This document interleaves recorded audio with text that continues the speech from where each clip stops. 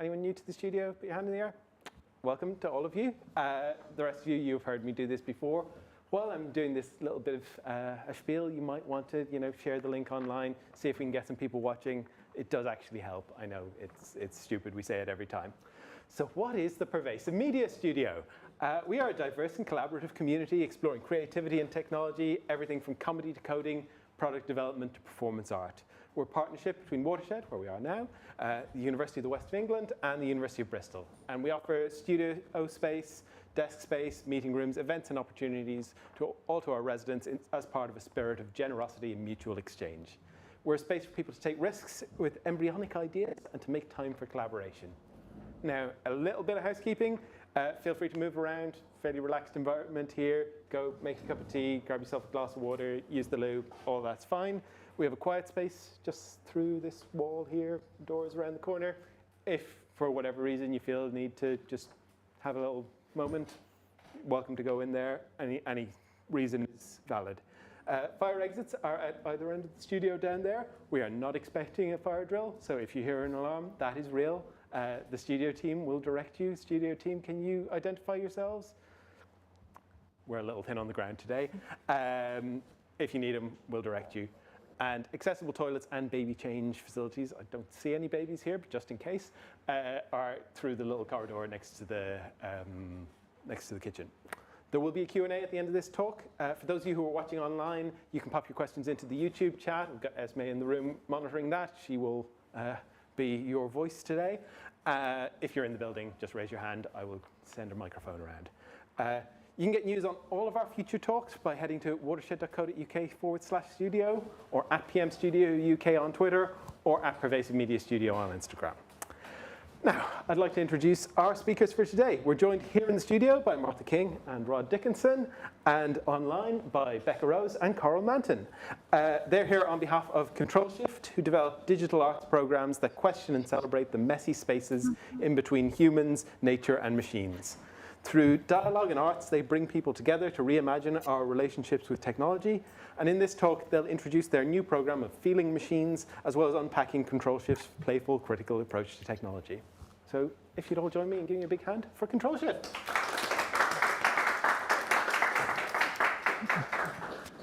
Hello, everyone. I just want to make sure that you can all hear me. My name is Becca Rose. I am...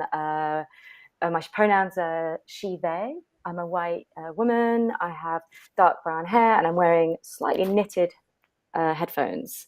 And yeah, I'm also joined, as Martin said, with curators and producers from Control Shift. So Coral is also here with me online. I'm not quite sure where she is. I think she's above me. And then Rod and Martha are in the studio. So thanks so much for having us and for everyone for being here today. As Martin said, we're going to introduce our new arts program, Feeling Machines, which we're very excited about. And in this talk, we're going to share a little bit about who we are. The image that you can see shows an artwork by Rachel Smith with a woman kind of holding a phone, interacting with a facial recognition on a front door. And this was an interactive piece from our 2020 festival, which was programmed during the pandemic. And so we'll talk a little bit about what happened then, what we learned from that a bit later. And then we'll also introduce the new theme and unpack kind of the playful and critical approaches to technology that we've adopted. And we'll be hearing from artist duo Melt, who are running a workshop next week. So we'll let you know how you can get involved. And join us in the workshop at the end of the talk. And also, of course, we'd love to hear from you. So there'll be like discussion time and questions afterwards.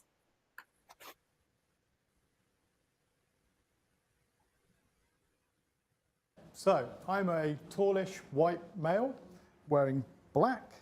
And during 2020, we made the first kind of initiation of Control Shift as a festival, working as a collective of producers, artists, researchers, and technologists. And as Martin's already said, the kind of emphasis of the program is to celebrate computational arts in a kind of broad way, and explore the kind of messy spaces and the way in which art and technology can kind of come together really to explore the relationship between arts and computation and technology. So we kind of put together the first control shift right between two lockdowns in 2020, in October 2020. It was actually very difficult and complicated endeavour. We were really proud we managed to do that. And that programme, which you're about to see a video of, it sort of provided different lenses and approaches to explore how we connect digitally. That was the sort of curatorial emphasis. It included workshops, discussions, installations, events, screenings, and curatorially, we sort of described it as a way to reframe, demystify, and transform our relationship with digital technology. It was a hybrid program, so bits of it inevitably because of the pandemic were online, but quite a bit of it was also in person, actually, which was logistically quite complicated. And we purposefully cited lots of works in non-art spaces, such as shopping centres, parks, and streets. So we're going to show you now a little video of a few minutes that documents some of the programme.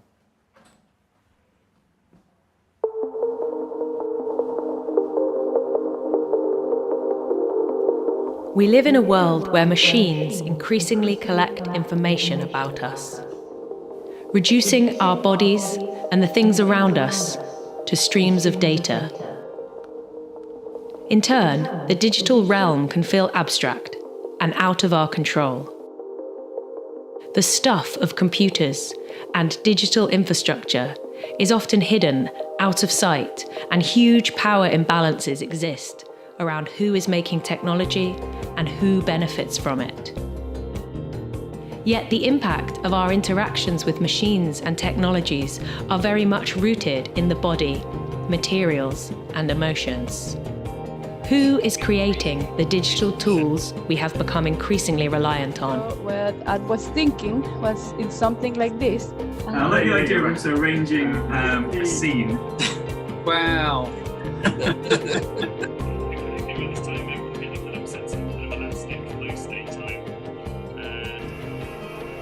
And then ever so gentle in your own time, really coming fully back into the body. What impact do these technologies have on our minds and bodies?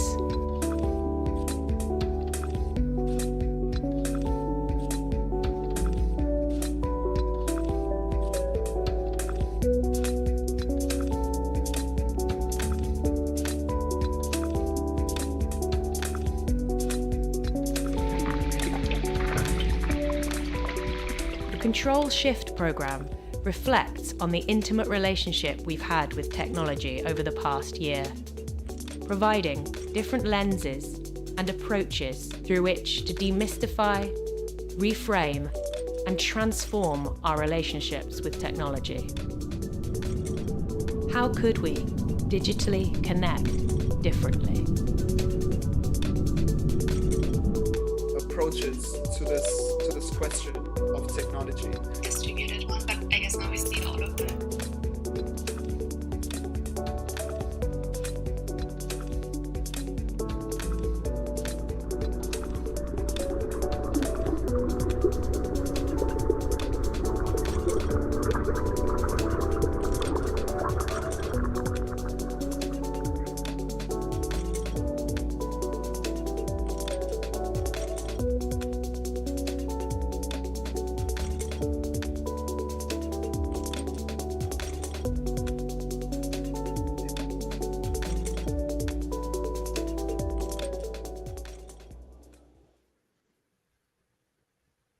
Online archive of all the events we do on our website, which is control-shift.network, which you might want to check out.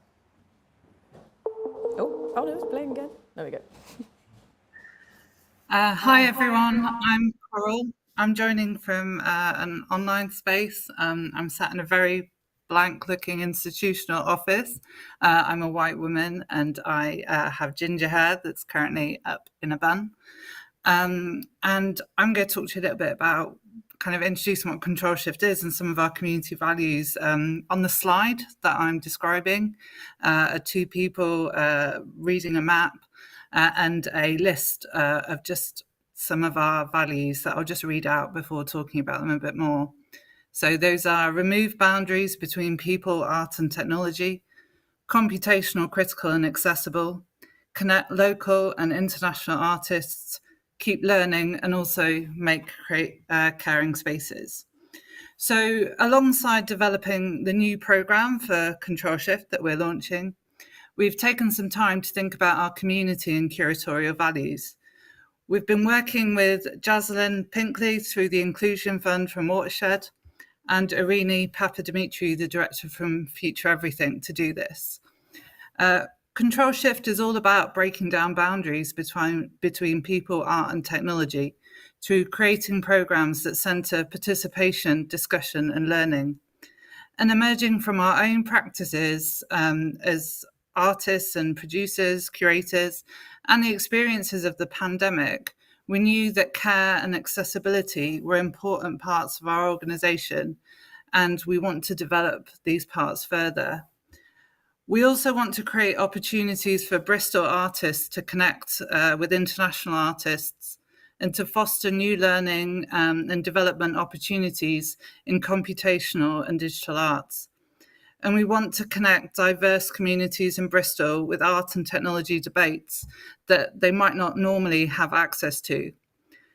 Control Shift is really about learning, and ways of working for us are not always static. For us, this whole programme is a constant work in progress, and we'd love to hear your thoughts, what you think of Control Shift, what you think it could be. Through our Arts Council grant, we have also had some funding to visit other community organisations and learn from them, and hopefully build our network further. And we really are looking forward to sharing some of these learnings through the next year. Hi, I'm Martha. I'm a short white woman in her mid-30s with short dyed blonde hair. And so after over a year of fundraising and planning, we're back with our new programme, the theme of which, as you know now, is feeling machines. By this we mean both feeling in terms of emotions, but also feeling in terms of touch, materials, physicality, and the relationship between the physicality of computation, machines, the digital and our own bodies, and also the environment around us and all that is encompassed within that. So as we say, we're trying to take a deep dive into the sticky, messy, fluffy ways that we live our lives within and alongside these kind of binary logics of digital machines. So really exploring how digital technologies are all intertwined, entangled, mixed up, ever present in some of the most intimate aspects of our lives, and really asking, what does it feel like to feel with machines?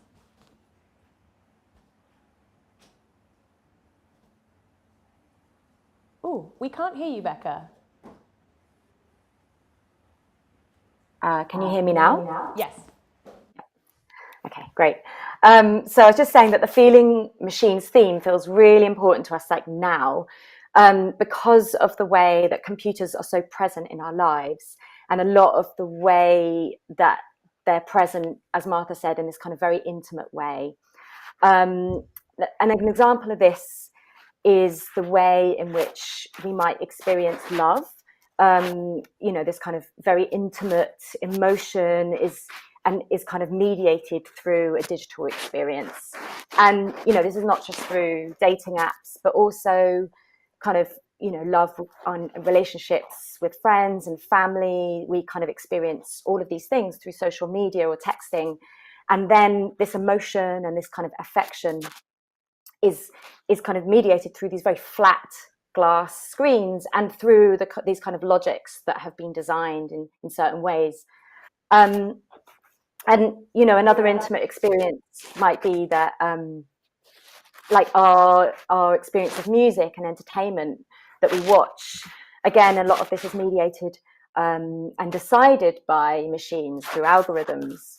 And more recently, there's been a kind of movement to create AI artworks. And the picture on the slide shows an image generated by AI that's based on the visual work, a bit like DALL-E, which is this kind of machine learning model that creates really quite remarkable artworks that kind of interpret some text. And in this particular image, we've used the text feeling machines. And you can kind of see the colorful interactions that the AI has designed or created in response to that. But this all kind of starts to raise questions like about, who or what is kind of being created or how that's happening and how do we feel about that? And so with the program, we're not like trying to say that this is a good or bad thing. We don't want to kind of put a judgment on this kind of intimacy. What we're really trying to do is to kind of explore and question, the tensions where these textured, intimate spaces meet these kind of digital machines. And then also, bring artworks or program artworks that bring different perspectives on this and kind of allow us to have discussions. So there's a really long history of trying to automate and quantify feelings, and that in some respects informs some of the development of the program. So initially in a pre-computer age, feelings and emotions were still trying to be quantified and categorized, and we can sort of track all the way back to Darwin's The Expression of Emotions in Man and Animals in 1872, and then kind of moving forward, still in a pre-computer age, essentially, with Paul Ekman's very controversial work in the 1970s. And in the realm of computation, these really now find parallels in things like facial recognition technology, which actually uses Ekman's profiling, in wearables, and even in much more recently brain-computer interfaces.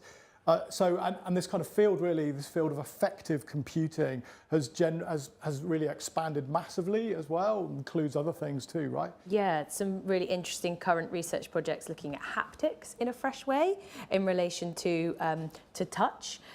For example, there's the UCL In Touch project, which is moving away from previous studies that have explored technology and touch sensors in a really technical terms, just in terms of the actual technical way that you touch, and instead expanding that now to explore the social, emotional, imaginary, and all those impacts that are obviously triggered and all part of touch, and really expanding that out now to talk about, rather than just haptics, which can sound a sort of clinical term, to actually talk about digital touch in all of its meanings.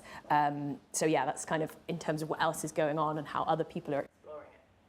Yeah, so as Becca's already said, as we become more and more intimate with machines, where they're literally next to our bodies and psychologically woven into our being, computing in a sense kind of, I think, begins to enter into a sort of new frontier, where in the past, most models of human-computer interaction were based on an idea of exteriority, where you basically physically move something to interact with the machine. There's a sort of mechanical device or a mechanical input. And the thing with the increasing use of emotions and feelings and their integration is that this is a way in which machines are now kind of reaching into a sort of space of interiority as opposed to exteriority, such that people in the field, so human-computer interaction researchers, are now actually talking about the relationship between machines and humans as should be reframed as human-computer integration as opposed to human-computer interaction. So it seems really fitting to delve into this as a program right now at this kind of, this new moment really that we're launching into, and also really fitting that artwork should explore this new frontier, but not like researchers, not like HCI researchers, but actually with a much more lateral and novel approach in the same way that our 2020 program did.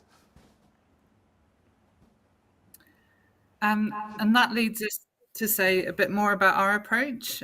We've talked about what, but the how is just as important to us. We want to explore big questions in ways that are both critical and playful. We use participatory, hands-on, fun, accessible approaches to open up dialogue around important topics. We believe that participatory methods can open new productive spaces to imagine and create together. These approaches can help us explore and see afresh our relationships with technology. Often big tech and computation can seem mysterious, and we're interested in unblackboxing, making these invisible processes visible and involving more people in thinking about these questions. A good example of this is a hybrid, both online and in-person workshop we supported in 2020 called Meow ID, led by Berlin-based duo Melt. And you can see an output from this on this slide. On the slide you'll see, or on the slide there is, a embroidered network involving cats that we all worked on together in this workshop, and also some comments about the workshop through social media. So in the workshop with Melt, we explored different types of networks through a game where we had to pretend to be cats, and explored the shapes and frustrations of the different systems through stitching different patterns between these cats, both through centralized and decentralized networks. The results that we had were that we had a physical, embodied experience of the networks. And we also got to take home one of these really gorgeous individual pieces of embroidery, which was really fantastic. And through playing together, through doing this embroidery in an accessible way, we were able to talk about, something that for some people can be quite difficult and quite challenging. Great. On the slide, you can see a screenshot from a Miro board, which is a digital collaboration tool with lots of post-it notes on them. Don't worry that you can't read them. It's just to illustrate something about our thinking process, which I'm going to talk a little bit more about now.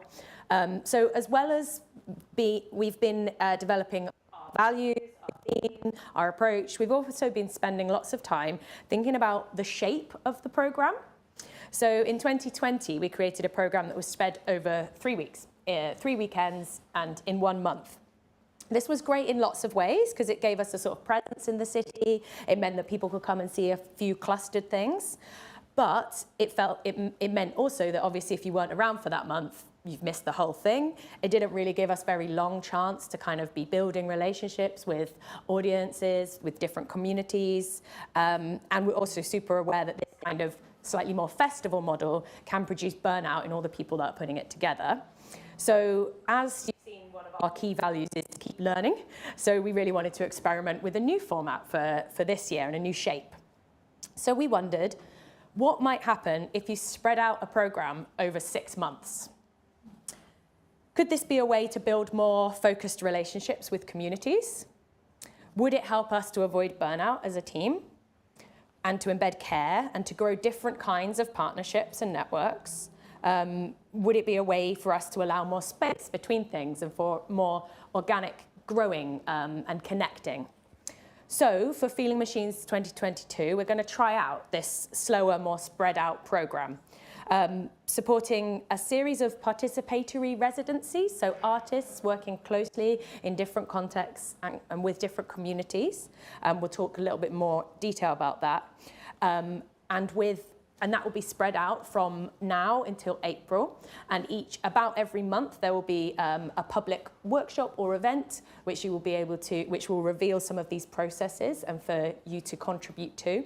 And in some of those instances, you will get to be part of something that is then growing.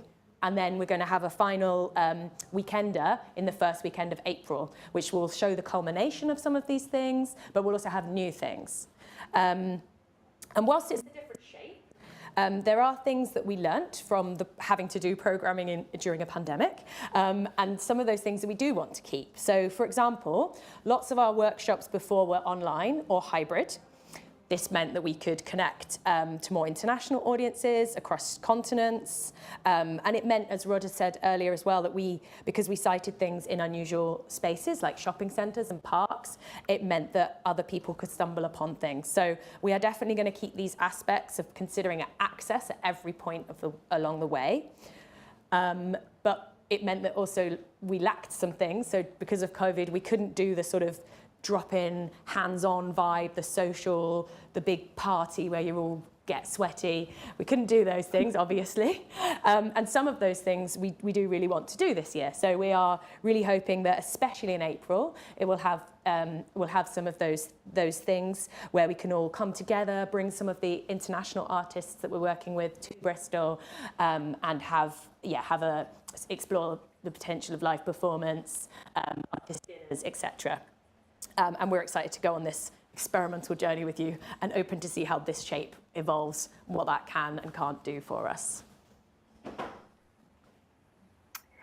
So one of the first commissions that we have made this year has been to develop the programme's visual identity. And we did this in quite a different way, actually. We worked with artist Asma Jamar.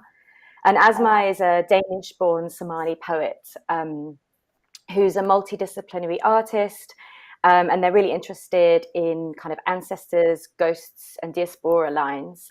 And she's also the co-founder of feminist group, the Dakan Collective, who are based at the studio. And we're a big fan of Asma's work.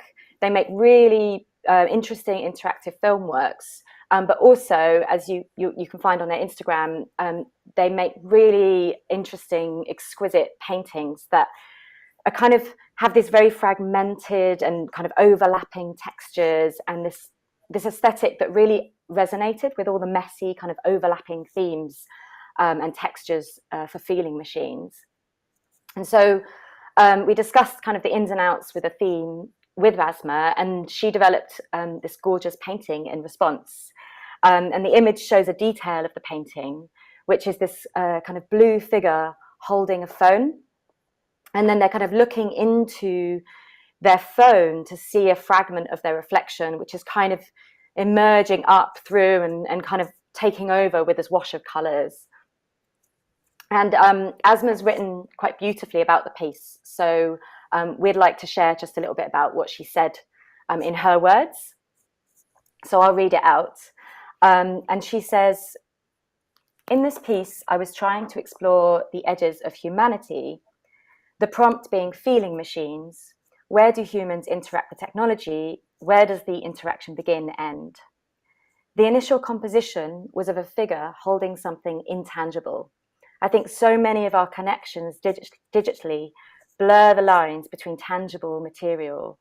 In my interaction with loved ones across the world, there are places where we can almost line up against each other, and yet we're held back. This figure emerged out of the backdrop, mostly translucent and being held. They felt quite delicate, like their grip on the material was tenuous as well. I like the way the figures end up holding each other, the almost closeness between them. And I'm interested in this, the almost." And so what we're going to do is we're going to be working with this painting to inform our website, to kind of inform a lot of the graphic design and our kind of our visual identity, basically, for the programme. This currently is a sneaky peek, and we will be kind of launching the website very soon. So we'll send that out on all our socials when that's ready. Okay, so on this slide you can see some images of some of the artworks and artists that we are going to be working with in the 2022-23 programme. And as Becca and Martha already said, it's going to run from October to April. And some of the artists we're working with are international artists, some are local artists, and some of the artists we've worked with during the pandemic and didn't really quite manage to do exactly what we wanted to do with them because of the situation. So we wanted to extend our relationship with them and continue working with them. So that, of course, includes Melt, who you're going to see a little bit more of in a moment, but also Russell Longwane, who's and the image of his new film, Zata, the Institute for Technological Consciousness, with Francois Nutz and Amy Louise Wilson, is on the top right of the screen. And that's a film, a sort of speculative film that uses humour and fantasy to imagine a fictional institute whose central concern is the study and development of indigenous technologies from across the African continent. We've also programmed UK artists as well through the open call. We had over 100 applications. So big thank you to everybody who applied. And we've managed to actually curate quite a few of them into the program, which is great. And like last time, we're also working with a range of partners in the city, including Noel West Media Centre. And with Noel West Media Centre and Bristol Digital Futures Institute, we've commissioned artist Alice Stewart, which is an image you can see on the bottom of the screen there, to make an iteration of her AI tattoo parlour, working with a data set of tattoos gathered from residents in Knoll and a tattoo parlour in Knoll West. And then next month, we're also, we've offered a residency through collaboration with Container Mag to Harriet Horban-Worley. And Harriet is a creative software engineer interested in the materiality of how tech is made and making tech better for humans. And they're working on an interactive poem about tending a garden and the surprising results of small acts of cultivation, which will be grown on a personal server. So overall, as Martha's already just said, the program's going to evolve over the 6 months and culminate in April. So with a sort of kind of build up to that point. Great. So that's a little hint of some of the things coming. And yeah, so we've already mentioned this, the duo that we were talking about who did the stitching and the cats and embroidery before. We've got a chance to work with them again, which is great, and on a bit of a longer process. So their first workshop that you can join is actually next Sunday, so Sunday the 30th. And I'm now going to virtually hand over to them. They did a little recorded video for us explaining a little bit more about that workshop. So I'll just play that now. Hi everyone. Hey everyone. We are Meld, an arts design duo joining asynchronously from Berlin. Hello. My name is Ren Lauren, and I use they them pronouns. I'm a white transmasculine person wearing glasses, curly hair, and a burgundy shirt. My name is I use they them pronouns, and I'm a white autistic non-binary person with short hair, wearing a hat and a black pullover kind of thing. So we always introduce ourselves with our names, pronouns, and a visual description. In disability and queer communities, we share our names, pronouns, and visual descriptions because they might change from day to day, as do our appearances. So by sharing this is a way of saying hello, and we create more access for trans, disabled, blind, low vision, and other people. So as MELD, we study and experiment with shape-shifting processes as they meet technologies, sensory media, and pedagogies in a warming world. Our project Meltionary is derived from the word dictionary and is a growing collection of arts design research engagements. In this work, we cook up questions around material transformations alongside impulses from trans feminism and disability justice. So melting as a kaleidoscope-like phenomenon touches upon multiple topics at once: climate change, the potential for political reformulations, change over time, and material transformations. And a lot of this work is online on our website, meltionary.com, and we invite you to check that out. So, for the workshop we're giving for Control Shift's festival, it's Feeling Machines.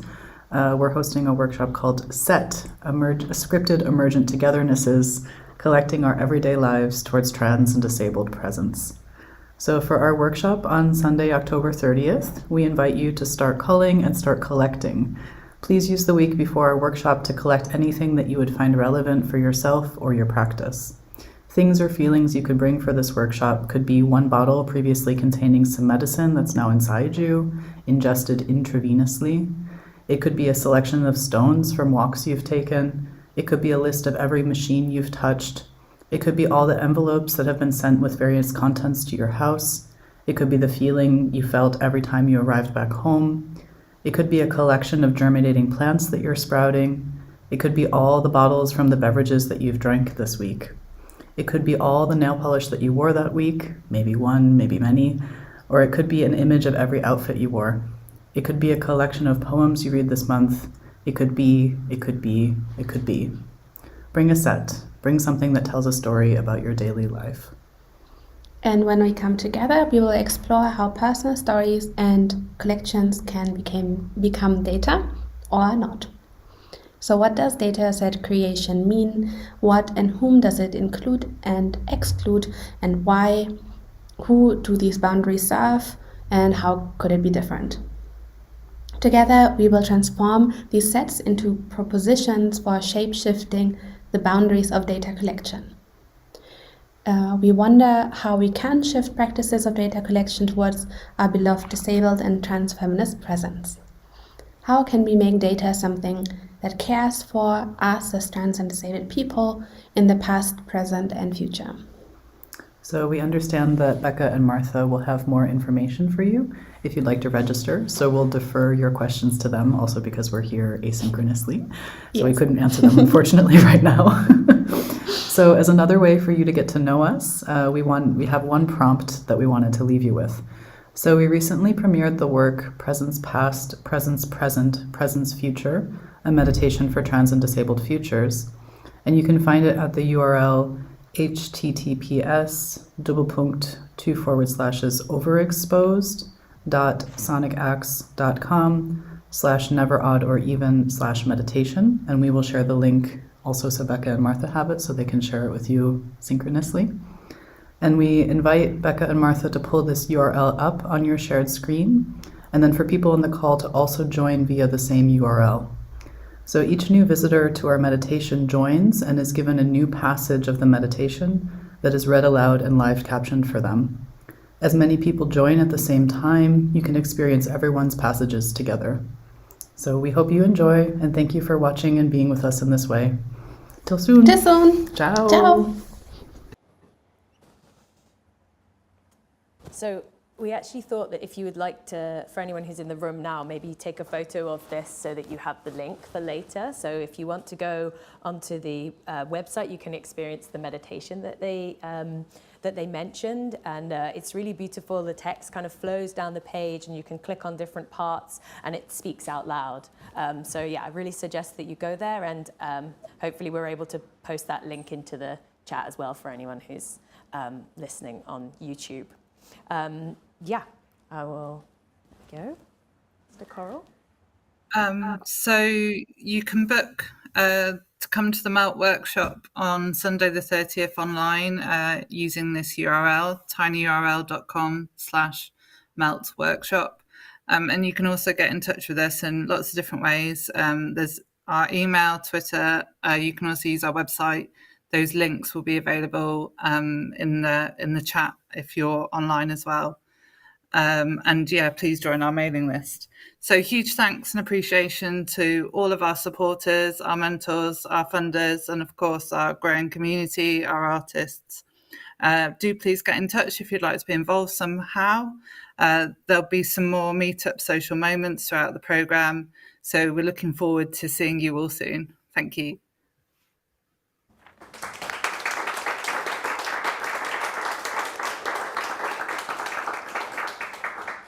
Well, thank you very much, all of you. I'm sure there are some questions in the room and online. If you're online, just pop them in the YouTube chat. We will grab them out.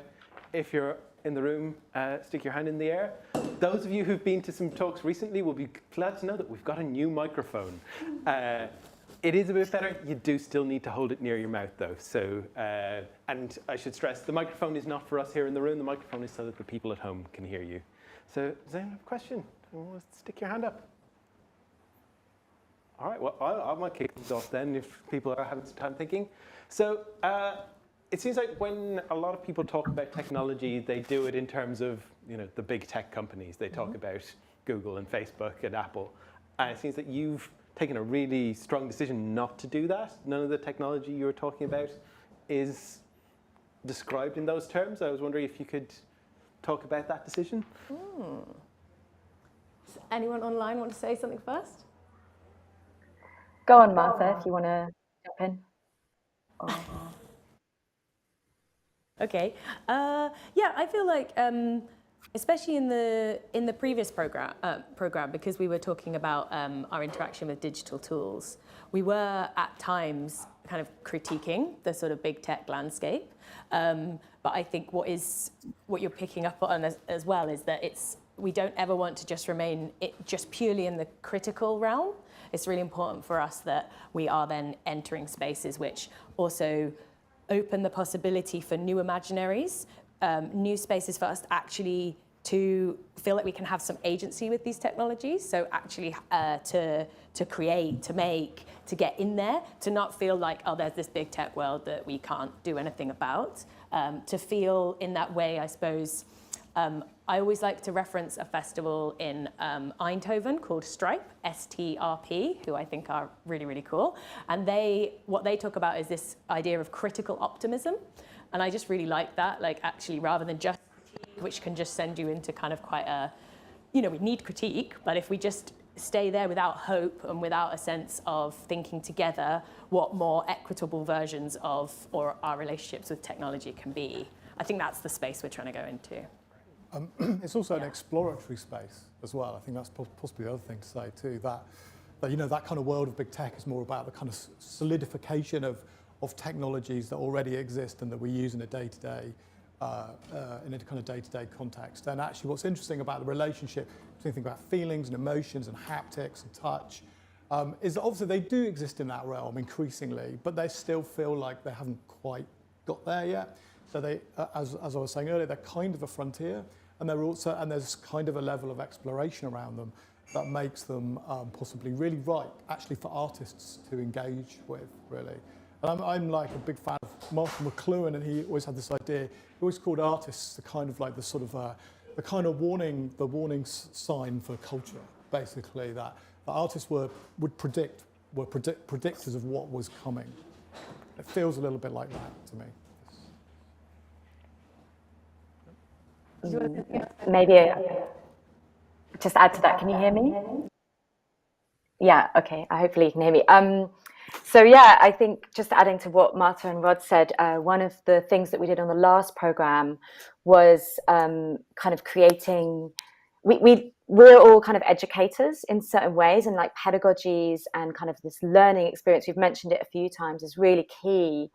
And yeah, we, like a lot of the workshops that we held were kind of spaces where we could play and we could make things. For example, the Melt workshop where we were embroidering protocols, or we had a kind of live coding workshop, or all sorts of different things we could actually kind of make using the software. And that's kind of, that's something that's quite core to what we're doing in Feeling Machines. And yeah, like this often exists in these kind of tools which are accessible. And one really good example of that in the program is Poem Garden, which we just kind of showed you, which is using these kind of small computers to store work and act as servers, so we can actually kind of create small spaces to really be intimate with, and maybe that's kind of those kind of intimate small spaces where we can learn and make things in the world are quite reflected in the program.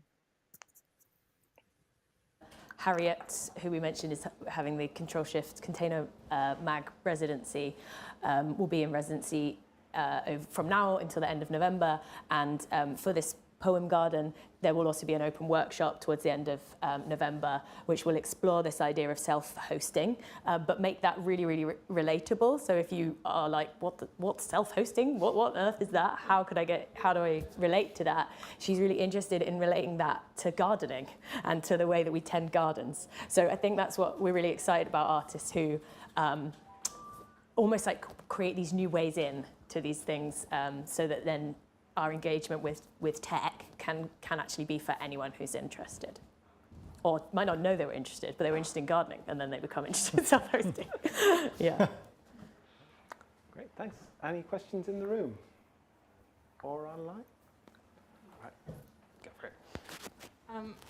guess this relates a little bit to what you were just saying about bringing someone's interest in who might have no computer literacy. I mean, even as technology progresses, computer literacy is often determined by the generation that you're part of, and whether that was an aspect in your program of how people relate emotionally or physically to machines determined on, the decades they were born in.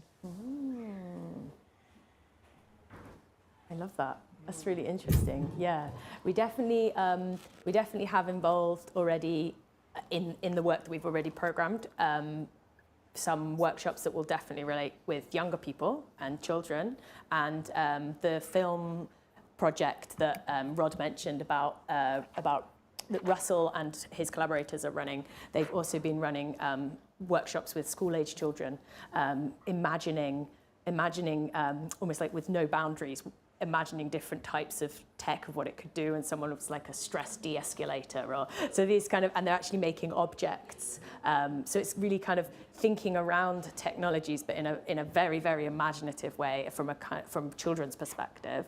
But I think that's a really good point. Like, we definitely want all the way through to be gathering and thinking about these different perspectives. And we do have things in the program that we're hoping would be able to be, people can engage from like any age and really bring that in. So even the thing that's coming up in a week with collections, we would hope that, because that's we all in a way, even if we don't think that we are collectors, like we are all the time, there are collections there, but rather than talking about data as like this really abstract thing that seems really techie, actually data as like information and collection and objects. So I think that from that way in, we would then hope to talk more broadly. But I think that's a really good provocative question that I think we should muse further on. Do you want to say anything, Becca? Just to add to that, I think Martha basically answered that really well, but I just wanted to pick up on the kind of literacy part of the question, because I think that's really interesting. And again, like what Martha said, with the kind of seeing the workshop that we're about to run, seeing data as a collection, you're also seeing data as, like Melt said, as your nail polish, or a lovely poem, or just something really wonderful that has this really personal connection to you. And we've talked about the embroidery workshop a few times, but I think it's a really good example of kind of bringing people in through a completely different medium that allows space to connect with, allows a literacy, but not in a way that's like, oh, we're going to learn computing here. You need to be good at digital. Like with the embroidery, people came to that workshop because they loved embroidery. They're like, I want to really do an embroidery session, and their kind of embodied knowledge of knowing how to make a stitch was actually really super helpful for them to understand what a peer-to-peer network was, which is a very technical thing. So I think that's kind of how we're trying to connect with people in this kind of like pedagogical or learning way, so that they kind of, there is this shared literacy. Great. I think you're here first. I love the cat embroidery network. I was wondering if there's any technology which you feel that you now interact with very differently, or kind of feel very differently when you interact with, as a result of doing the feeling machines work, if there's anything which stands out.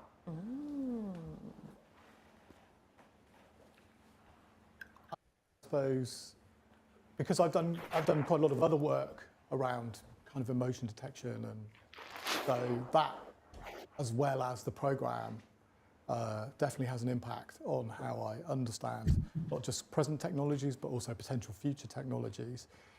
I suppose, but I suppose that just to broaden out your question, one of the things I think about the program and Control Shift as a collective is that it is formed already by our previous experiences, so that it doesn't feel like you silo off what happens in Control Shift and that impacts how you think about the world around you and the technological world around you. It seems more like they're fed together, basically, in a more organic way. For me, anyway. I'm not sure, Mark, maybe.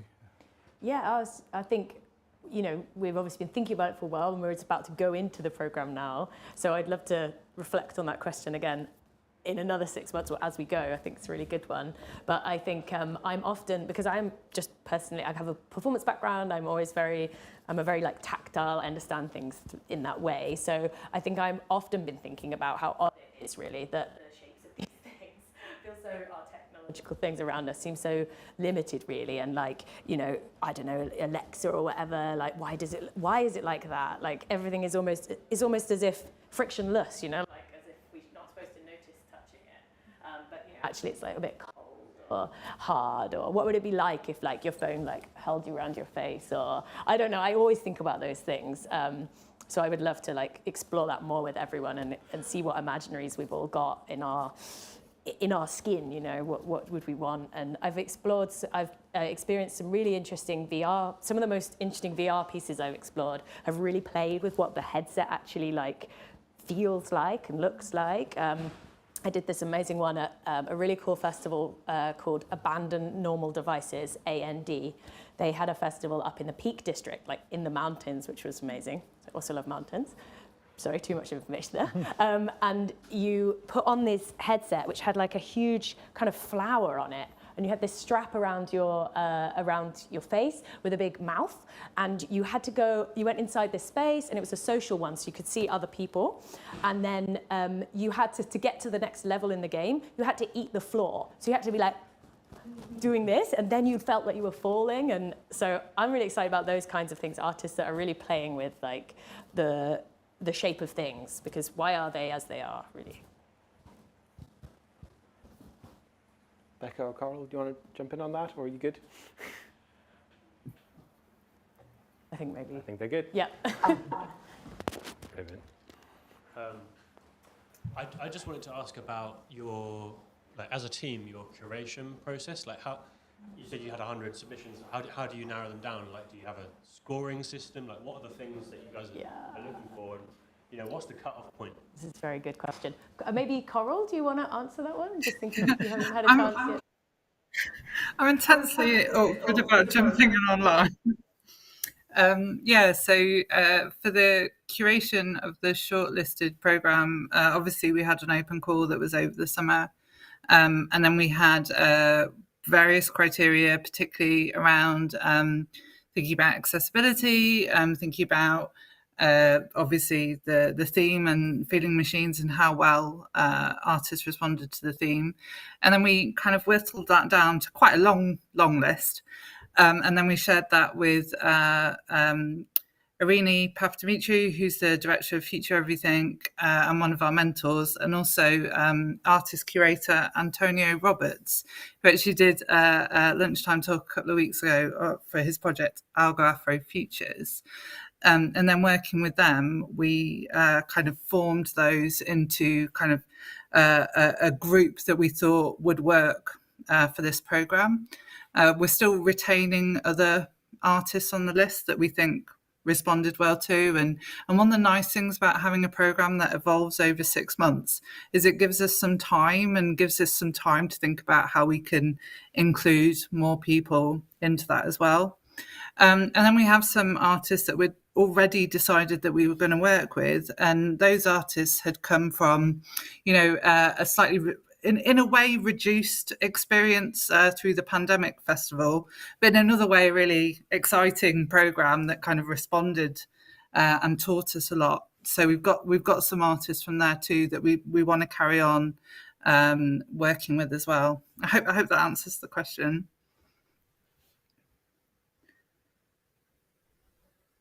You have a scoring system. I was just wondering what that conversation is between you as a team. Like, obviously you do all get to, you know, I understand you've got the process, but I was just wondering what those conversations are. You know, do you say, does one of you say, this is my favourite, I really like this one, and then you have to, you know what I mean? I'm just wondering about that sort of insight, how you talk about it. I mean, we shortlisted individually, and then we had several conversations actually where we discussed the shortlist, both with our external panel and also without. For the most part, actually, I think we kind of like went with the recommendations from the panel, didn't we? Really, for the most part. Yeah. I mean, Irini and Antonio. So we were kind of led by them. Yeah. You know. I think and we try to we try to really go with, you know, for absolute full transparency, like what the criteria is, that's what we're working on. So if something, for example, is like really great on one part but isn't fulfilling another, then, you know, we have to have those difficult conversations and think, you know, and then obviously also we're obviously thinking about, because a really important part of our values is around, you know, the diversity of perspective. So we're looking to create as diverse a program in all the ways as possible. So that you have to, that's kind of what we're thinking about, balancing that out. And then also practical logistical things like, we absolutely love this, but it would take the whole budget, oh no. So we just have to balance all of those things. And yeah, it takes time, and generally it always takes a bit longer than you think. Because also we all have, this is our freelance thing we do around our other jobs as well. So yeah, it's quite a process, and we actually gave it a bit more time this year because we wanted to be a bit more spacious with it.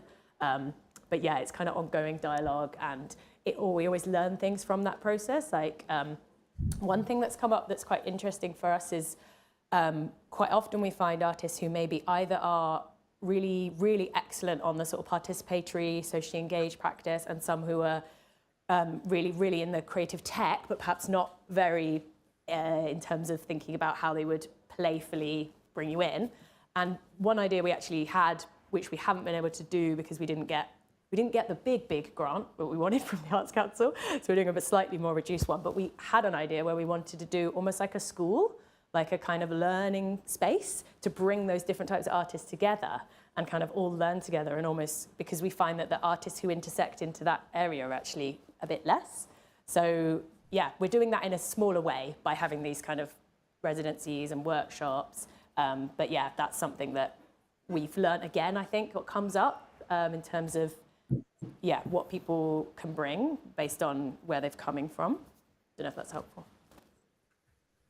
I think we're going to go to an online question. This question is from Max online. Really exciting community of practice. Is there plans for a shared community channel, brackets Discord or something similar, where producers, contributors, or the public can continue conversations? Ooh. Interesting. Love that. Yeah, let's do that. Great idea. Yeah. Just so, yeah, defo. But also, if you don't know what Discord is, it's basically like an online, it's kind of like Facebook, but it's kind of an open source online version of that. So we should definitely do that. It's a great idea. And also one of the things we're interested in, obviously already there are brilliant spaces for networks in Bristol, like Pervasive Media Studio and other places, but we are also interested in supporting like growing the local community. So we're thinking at the moment of finding ways that we can do that throughout this, because we've got 6 months. Like, how can we create slightly more sort of social or slightly more informal moments, and go back to, you know, all the people who applied and anyone else who's interested, and start to kind of grow that. So we're just shaping what format that's going to take, but we will let you know very soon. All right, I think we've got time for one quick question if anyone's got one. And if they don't, I think we might just call it there. So I'd like to say thank you again to Control Shift. Thank you.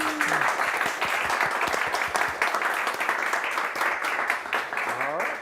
So just before you go, if you want to stick around in Hot Desk today or find out more about what we do, then please come find one of the studio team. Studio team, hands in the air. Yeah, we're here.